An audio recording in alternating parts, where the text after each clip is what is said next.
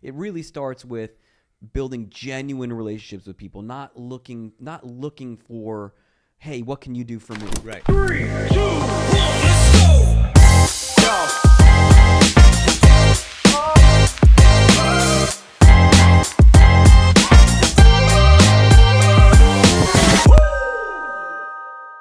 So you were down at a big law firm down on Brickell, and now you're in the Gables. Tell me, what's the difference? Because I know Brickell's changed a lot, and the Gables are beautiful. What do you like more? What's changed? I love the Gables. Yeah, it's just been, first off, there's a convenience factor. It's really close to my home, so it's easy for me to commute back and forth. It's more centrally located in Miami, so it's right next to the airport, near the highways. It's easier to get to. There's less traffic. Clients prefer to visit me in the Gables. Even when I was in Brickell, clients would say like, hey, you want to have lunch in the Gables or go happy hour in the Gables? Yeah. Brickell's great, and it's got this great city life, and young people love it. But it's all these big buildings, massive traffic just trying to go 1 mile, and everybody's locked up in their building. So in the Gables, there's a little bit more community. You get to see the same people at lunch, and everybody in the Gables is a professional, right? You got accountants, CPAs, lawyers, judges often frequent there. So it's just a great place to rub elbows and meet people and build your network. That stuff is so important. I mean, I was mentioning before, like I go down, I shop at a men's clothing store in Coral Gables, and every time I go there, I meet someone new. I make a new contact, whether it's a lawyer, a doctor, a judge, somebody where you just, you go in, you're looking at clothes, they bring coffee out. Yeah. But that's like the community. Miami has that like level of, and even the owners of the shop know, and like they'll, as you're putting a jacket on and someone else is in the store, they'll mention, oh, hey, do you know this guy? And then they make that introduction. That's critical. Yeah, and I think the Gables in particular is great at that. There's just, I've walked into, to have lunch because I'm, missed my lunch hour, and I'm running into lunch at 1:30, and the bartender might know me or make an introduction, or an accountant at the end of the bar will say like, hey, meet this other lawyer over here that does this type of work. And before you know it, now we have a friendship or a relationship, and it's, so yeah, that consistently happens in the Gables, at least in my experience, more than it happened in Brickell.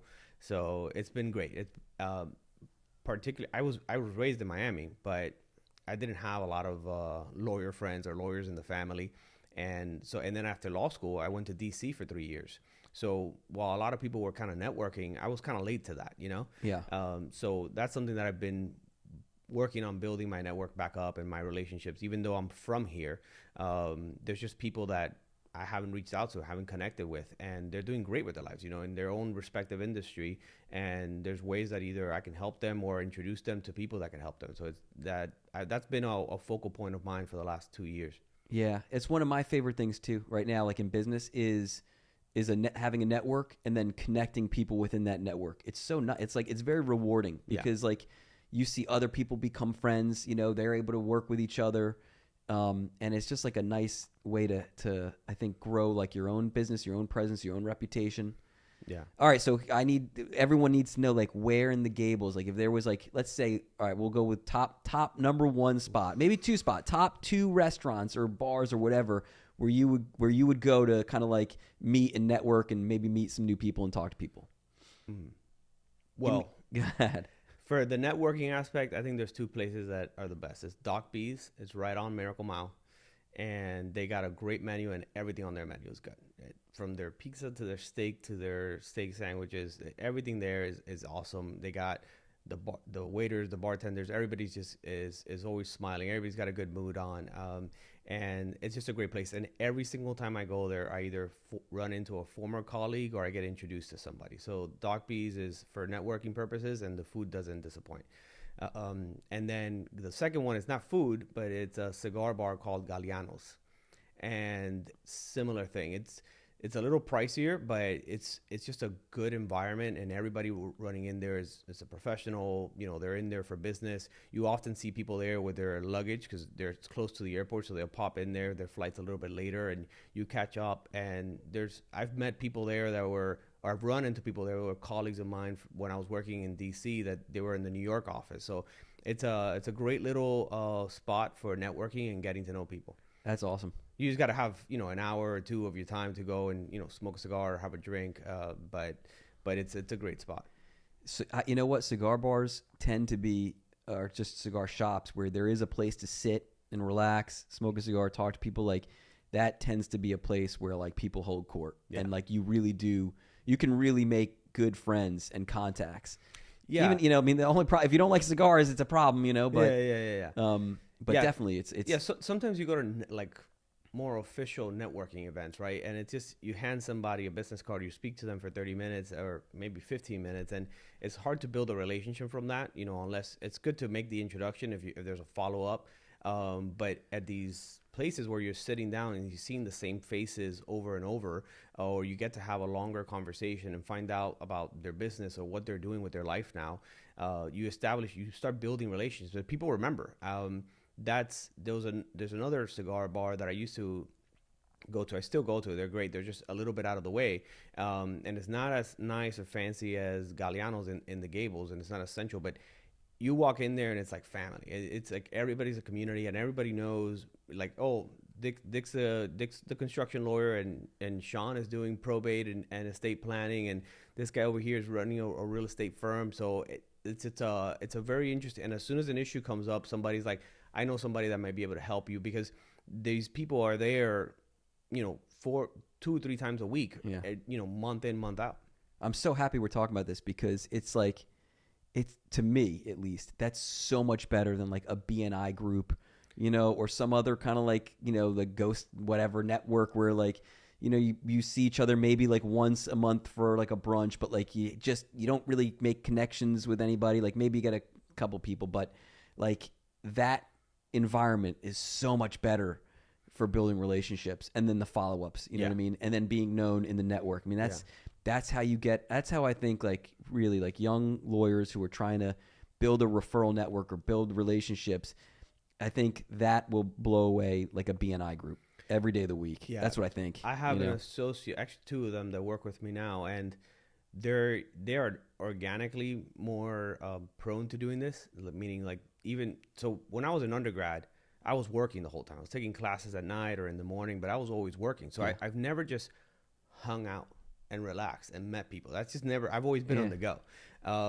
And my associates, they go to either cigar bars or they'll go to bars, and they have their group of friends. And sometimes they're like, oh, how am I going to build a book of business? My friends are in their 20s, I'm like, just wait, build those relationships, build your experience. Like those same guys you're talking to now, they're going to end up running a company or starting a company or needing services, or being involved in an accident. They're going to be involved in their life. Life takes you through different stages, and just build those relationships and establish yourself as a competent, trustworthy person.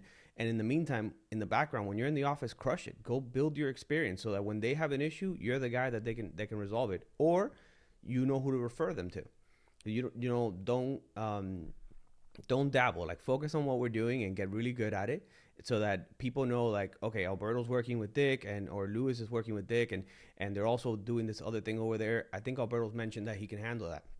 So, and I it's kind of hard to visualize that at the beginning. Again, for me, even though I'm from Miami, because I was always working, and then I was in DC for a while, I didn't build those relationships. And I think it's crucial to having, like, developing the relationships that then lead to business, and being able to help people. Yeah, this is like one of the best conversations for anyone just looking to actually like grow, right? And it starts though, like right out of law school. It starts really in law school. Yeah. It started in college. Yeah. It really starts with building genuine relationships with people, not looking for, hey, what can you do for me? Right. Like it starts from your best friends from high school, right? Those are the people they're gonna grow. Yeah. Like the people you meet in college, like just be a cool person, just be genuine. Yeah. You know what I mean, let people know what you're up to also. Right. And be that, be the leader, be a connector, and show up, like you said, to the cigar bar, go to the happy hours after work. I made a comment before that, like, BNI groups, not, but even that, like, if you just participate, if you just show up. I joined like the young lawyers section of the Broward Bar Association right out of law school, or a couple years after, and I was on the board of directors for a couple years, and I made so many good contacts that like they still refer cases now. Or if I get a case, I know that person, I could send a case to them. You know what I mean? It's like, and it wasn't because I was trying to like get something from someone. It was just, you're just participating. You know what I mean? And that, like you said, even you show up to the cigar bar, sit down, you're going to meet someone new, you talk, you guys get to know each other and let them know what you're up to. And, you know? Yeah. So, and just in the last like month, so as we've been growing and getting, and our case flow and work responsibilities are now steady, we've also increased our nose, right? That there's certain cases that are coming in that we're like, this is not our focal point anymore. But I had, through my daughter's school, went to an event, ran into a colleague of mine that we actually were in an arbitration mood together. Great guy.